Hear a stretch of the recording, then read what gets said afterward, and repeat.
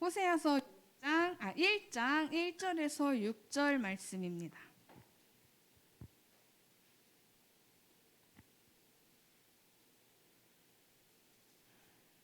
호세아서 1장 1절에서 6절 말씀입니다. 아이고, 저기 앞에가 잘못 나온 거예요. 호세아서 1장입니다.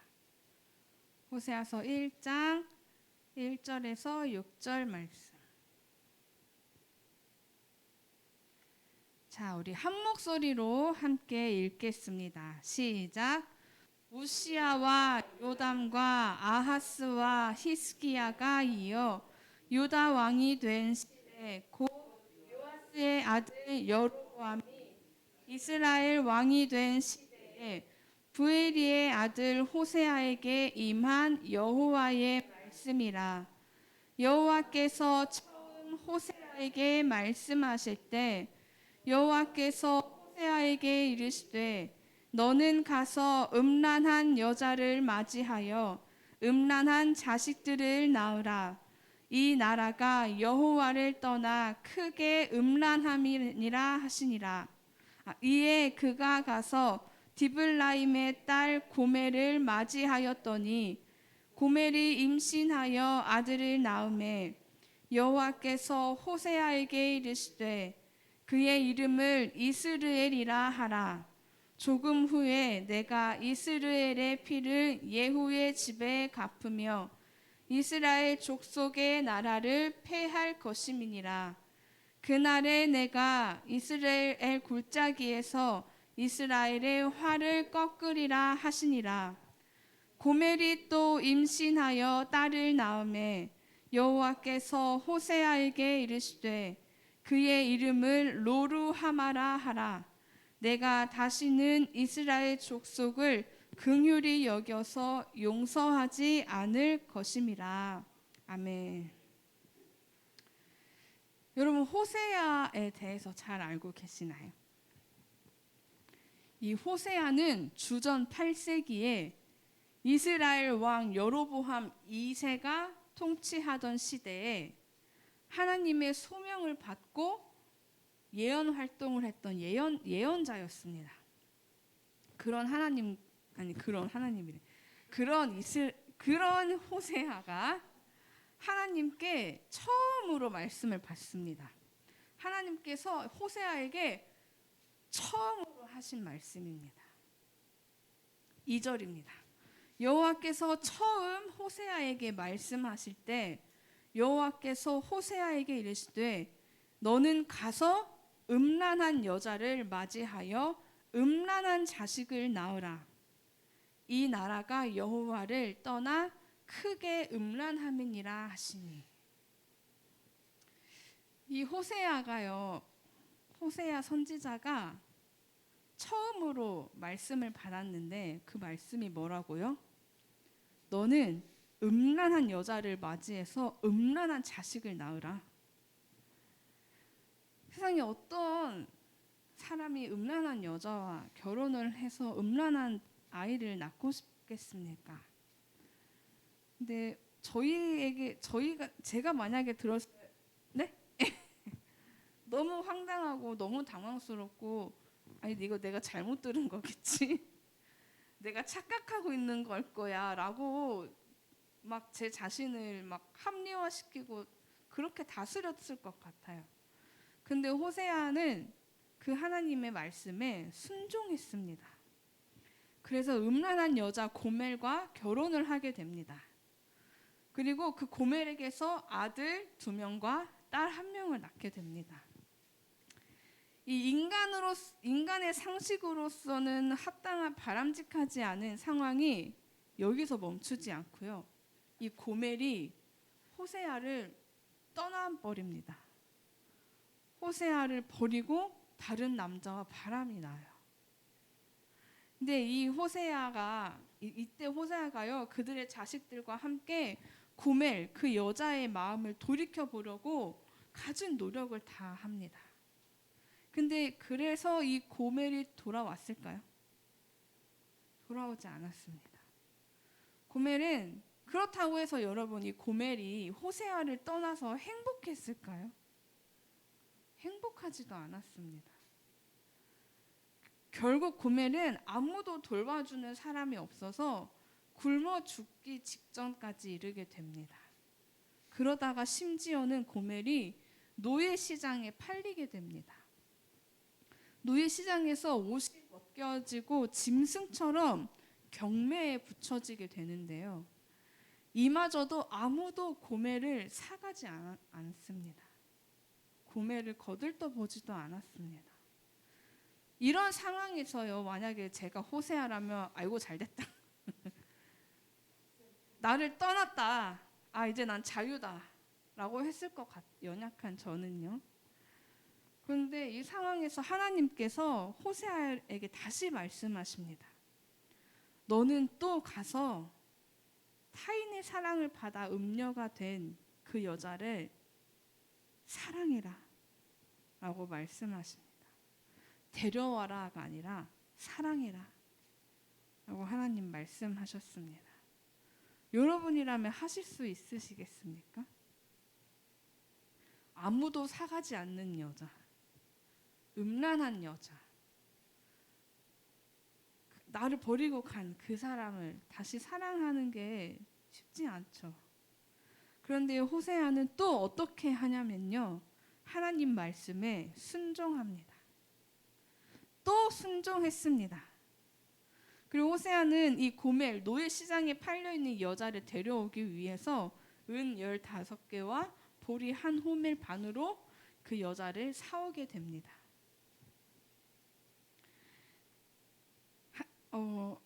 호세아가 그렇게 할 수 있었던 것은 하나님께서 하신 말씀이기 때문이었습니다. 하나님께서 호세아에게 하신 명령이고 말씀이었기 때문에 순종함으로 그 일을 감당했습니다. 그런데 여기서 우리가 꼭 알아야 하는 것이 있습니다. 이 호세아와 음란한 여자 고멜과의 관계는 하나님과 이스라엘 백성과의 관계를 말합니다. 무슨 말이냐면 하나님은 음란한 이스라엘 백성들을 선택하셔서 그들을 신부 삼으셨습니다. 죄가 가득하고 죄의 열매가 가득한 이스라엘 백성들을요, 선택하셔서 나의 백성이다, 나의 자녀다 라고 하나님께서 그렇게 약속하신 것입니다. 그렇게 작정하시고 이스라엘 백성들을 사랑하셨습니다. 그런데요, 이 이스라엘 백성뿐만 아니라 하나님과 나와의 관계에도 마찬가지입니다. 하나님께서 죄가 가득하고 죄의 열매가 가득한 이스라엘 백성들을 선택하셔서 나의 백성이다 작정하신 것처럼 죄가 가득하고 하나님 알기를 주저하고 거부하고 때론 도망치기도 하는 우리를 택하셔서 하나님의 신부 삼으셨습니다. 음란한 우리를요. 하나님께서는 무조건적인 사랑으로, 끊임없는 사랑으로, 포기하지 않는 사랑으로 우리를 초대해 주셨습니다. 그런데 여러분, 고멜의 이야기를 다시 해볼게요. 고멜은 시집을 잘 가놓고 바람이 났어요. 시집을 잘 가놓고 바람이 나버렸어요. 근데 이스라엘 백성도 마찬가지였습니다. 하나님께 갚을 수 없는 그 구원, 사랑의 구원을 받아놓고 바알이라는 우상을 섬기고 타락해버렸습니다.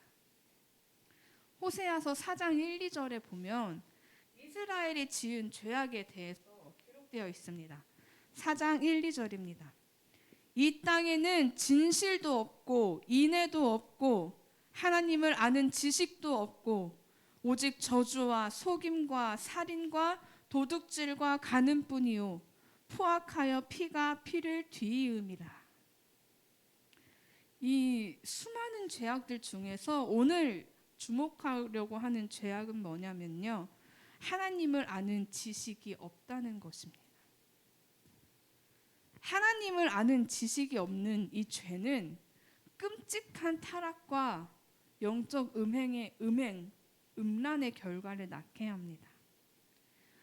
하나님을 아는 지식이라는 것은 무슨 말이냐 하면 하나님에 대한 정보를 아는 게 아니라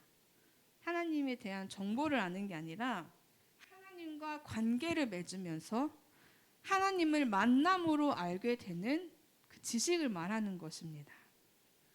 이 사랑이 많으신 하나님을 내 인생에, 내 생활 속에, 나의 시간 속에서 마주보고 하나님이 나를 어떻게 사랑하시는지, 하나님이 나의 인생 속에서 나를 어떻게 인도하시고 어떻게 나와 함께 하시는지, 어떻게 나를 사랑하시는지를 경험하고 만나는 것. 그것이 하나님을 아는 지식입니다. 그런데 오늘 말씀에는 이스라엘 백성들이요, 이 하나님을 아는 지식이 없다고 말합니다. 하나님을 알지 못하는 것을 성경에서는 죄라고 말하고 있습니다. 이 하나님에 대한 지식이 없으면요, 하나님을 오해하게 됩니다.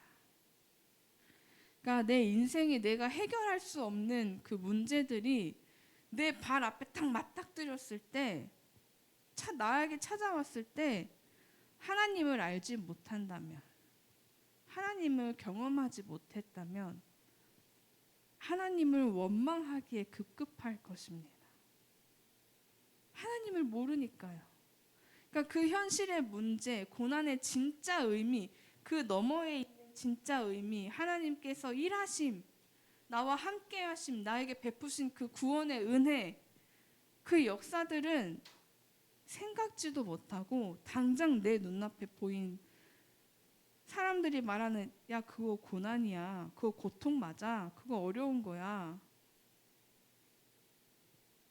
거기에서 원망하기에 급급하다는 것입니다. 하나님이 나를 진짜 사랑하셔서 하나님을 알게 하시고 더 좋은 것을 주시려고 나에게 주신 고난일 수도 있는데, 나에게 일어나는 일일 수도 있는데, 하나님을 아는 지식이 없기 때문에 그저 그냥 하나님을 오해하고 원망하기에 급하게 되는 것입니다. 이스라엘 백성들이 그랬습니다. 하나님을 아는 지식이 없었어요. 그래서 두 가지 큰 죄악을 짓게 되는데요. 첫 번째는 우상숭배라는 죄를 짓게 됩니다. 하나님을 알지 못하면 우리는 타락하게 되고 하나님의 백성으로서의 책임을 망각하고 회피하게 됩니다. 그러면서 하나님이 아닌 다른 신들을 섬기게 되는 것입니다. 쉽게 말하면 하나님의 말씀, 하나님이 아니라 세상을 따르게 된다는 것입니다. 세상이 말하는 성공의 삶의 기준, 세상이 말하는 잘난 사람의 기준, 세상이 말하는 대단한 사람, 인생 참 잘 사셨네요 라고 말하는 그 기준을 나도 모르게 그걸 따르게 된다는 것입니다.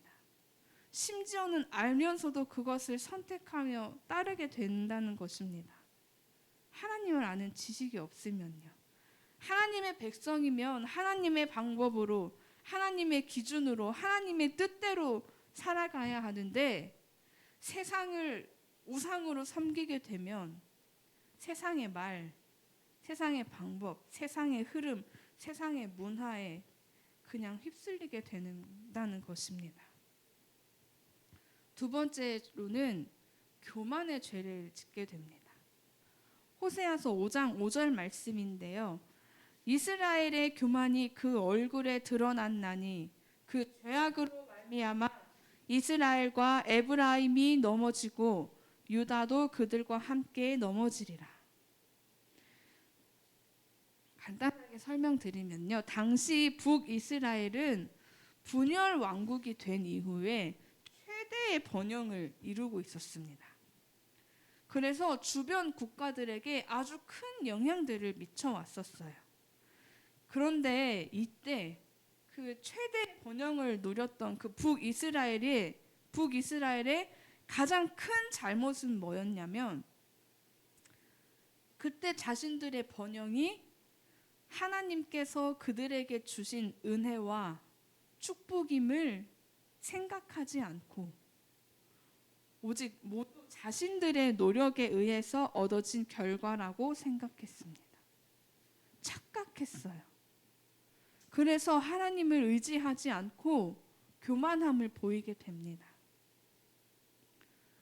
우리를 비추어 한번 생각해 보겠습니다. 우리도 착각하면서 살아갈 때가 너무나도 많아요. 지금 당장 내가 누리고 있는, 당연하게 느껴지는 나의 건강, 나의 가정, 나의 직장, 나의 시간들, 내가 숨쉬며 살아가는 그 순간조차들도 그냥 당연하게 저절로 내가 노력해서 얻어진 것이라고 착각하면서 살아갈 때가 있습니다.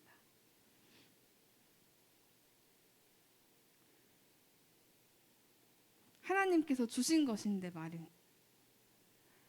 이 모든 것들을 허락하신 분이 우리 하나님이십니다. 그런데 이것을 감사하기는커녕 이건 왜 없죠? 이건 왜 안 되지? 왜 자꾸 이런 문제가 생기는 거지? 왜 여기서 자꾸 막히지? 하나님을 원망하고 불평하기 바쁠 때가 있습니다. 하나님께서 우리에게 이미 주신 것들이 너무 많습니다. 감사해야 할 것들이 너무 많습니다. 우리가 당연하게 누리고 있는 것들에 대해서 나의 노력으로 얻어진 결과라고 착각하고 교만에 빠지게 됩니다. 그런데 하나님은 그러한 예물, 그런 예배, 그러한 기도와 그러한 마음을 받지 않으신다고 말씀하십니다. 혹시 여러분 지금 이 자리에 다들 앉아 계시잖아요. 어떤 마음으로 여기에 앉아 계십니까? 감사하는 마음이 여러분 마음에 있으십니까? 나에게 주어진 환경, 내가 누리고 있는 것들, 그 안에서 정말 하나님을 알기를 힘쓰고 계십니까? 그냥 아무 생각 없이, 아무 영혼 없이 그냥 여기 예배당에 들어와서 앉았다가 예배 드렸다고 생각하고 돌아가는 것을 하나님께서는 받지 않겠다고 말씀하십니다. 6장 6절입니다. 나는 인애를 원하고 제사를 원하지 아니하며 번제보다 하나님 아는 것을 원하노라. 우리는 하나님 백성으로서의 정체성을 회복해야 합니다. 근데 이 정체성은요, 하나님을 만날 때 회복이 됩니다. 하나님을 진정으로 알 때 회복이 됩니다. 하나님을 만날 때 우리는 진정으로 알 수 있게 되는데요. 하나님을 진정으로 아는 사람만이 하나님을 기쁘시게 할 수 있습니다. 하나님께서 기뻐하시는 것은 단순한 예배가 아닙니다. 단순히 찬양하고 기도하고 봉사하고 11조 내고 헌금 내는 것을 원하는 것이 아니라 단순한 어떤 행위를 원하시는 것이 아닙니다. 단순한 행위를 원하는 것이 아니라 하나님께서 원하시는 것은 나입니다. 내가 예배로 드려지는 것, 내 삶이 하나님께 예배로 드려지는 것을 하나님께서 원하십니다. 하나님은요, 우리 삶 속에서 단순한 선행을 원하는 것이 아니라 하나님의 백성으로서 당연히 살아내야 할 그런 사회적인 책임, 그 책임을 원하십니다. 내가 내 삶 속에서 예를 들면 저 사람이 너무 미운데 누가 봐도 저 사람을 미워하기 마땅한데 저 사람이 나에게 와서 잘못을 구하는 것이 마땅한데 하나님께서 내게 주신 말씀 때문에 하나님께서 나에게 이미 허락하신 그 은혜 때문에 내가 그 사람을 위해 한 번 더 참고, 한 번 더 용서하고, 더 이해하고, 하나님께 기도하고, 하나님을 의지하고, 그런 치열한 삶이요. 그랬던 삶 여러분들 다들 있으시죠? 내가 치열하게 말씀으로 싸워왔던 그 삶, 그것을 가지고 예배 자리에 나와서 하나님, 제가 이렇게 했습니다. 그런데 잘 되지 않았어요, 하나님. 다시 한 번 더 힘을 주세요. 라고 내 삶을 쏟아 드리는 예배. 그걸 원하신다는 것입니다. 하나님을 진정 아는 것은 나를 드릴 때, 내 삶에 사람들과의 관계 속에, 나의 형편 속에 하나님이 개입하시기를 정말 내가 원할 때 하나님 만날 수 있습니다. 하나님을 알 수가 있습니다. 지금 우리 매일매일 말씀을 묵상하고 있죠. 이 말씀을 통해서 하나님을 아는 지식을 더해 가시길 바랍니다. 그냥 단순하게 문자적으로 그냥 읽어 나가는 것이 아니라 하나님, 이 말씀을 통해 내가 하나님을 알기를 원합니다. 이 말씀이 나의 오늘 하루를, 나의 시간들을, 내 앞으로의 인생을 지도하기를, 내 인생의 주인이 되기를 원합니다. 이 말씀이 나를 인도하고 다스리기를 원합니다. 말씀을 통해 하나님을 알게 하여 주옵소서 라는 그 기도하는 마음으로 말씀을 읽으시길 바랍니다. 그리고 하나님의 백성이라면요, 여러분, 진실하셔야 합니다. 신실하고 정의롭고 나의 것을 나누고 용서하고 오래 참으셔야 합니다. 이 세상의 계산기를 두들겼을 때 타산이 맞지 않지만 나는 하나님의 백성이기에 정의를 따르고 사랑을 따르고 진실을 따르는 삶을, 그 삶을 가지고 예배 자리에 나와서 나를, 그 삶을 하나님께 드리는 우리 성도님들이 되시기를 바랍니다. 그때 하나님께서 우리의 예배를 아주 기쁘게 받으실 것입니다. 하나님께서 오늘 저희에게 주신 메시지는 하나입니다. 내가 진정 너희를 알듯이 너희도 나를 알아라. 하나님은 여러분을 너무나 사랑하시고 구원하기를 원하시고 함께하기를 원하십니다. 그것을 알기 위해서 여러분들도 우리도 의지를 가지고 하나님 알기를 간절히 원하셔야 합니다. 하나님 알기를 힘쓰셔야 합니다. 말씀을 통해, 기도를 통해, 내 삶 속에서 말씀과 싸워내는 그 시간들을 통해 하나님을 알아가시길 바랍니다. 그리고 이것을 붙들고 한 주간 한 주간을 살아가셨으면 좋겠습니다. 아멘. 기도하겠습니다. 하나님 아버지,